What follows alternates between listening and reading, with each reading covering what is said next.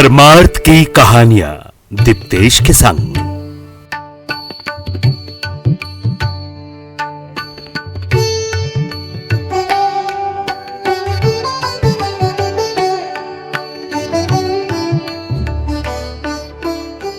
धृतराष्ट्र का पुत्र मोह। हस्तिनापुर नरेश धृतराष्ट्र जन्म से अंधे थे। इस कारण वो ज्येष्ठ पुत्र होते हुए भी राजा बनने योग्य नहीं थे।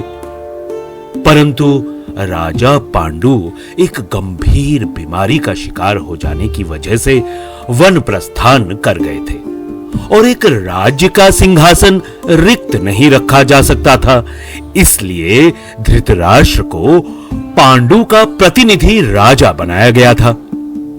एक बार राज सुख का स्वाद चख लेने वाले धृतराष्ट्र चाहते थे कि उनके बाद हस्तिनापुर का राजा उनका पुत्र दुर्योधन बने।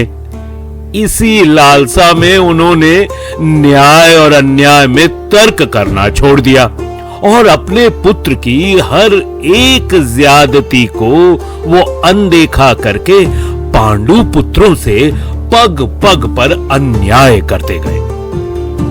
दुर्योधन ने भी पांडवों के लिए अपने हृदय में घृणा ही पाल रखी थी।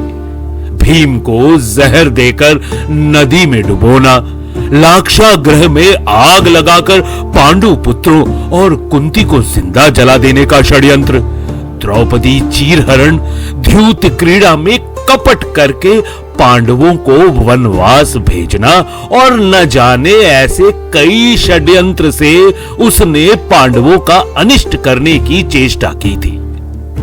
अंत में जब उनके पाप का घड़ा भर गया तब धर्म युद्ध हुआ और उस महायुद्ध में लालची धृतराष्ट्र के 100 पुत्र मृत्यु को प्राप्त हुए।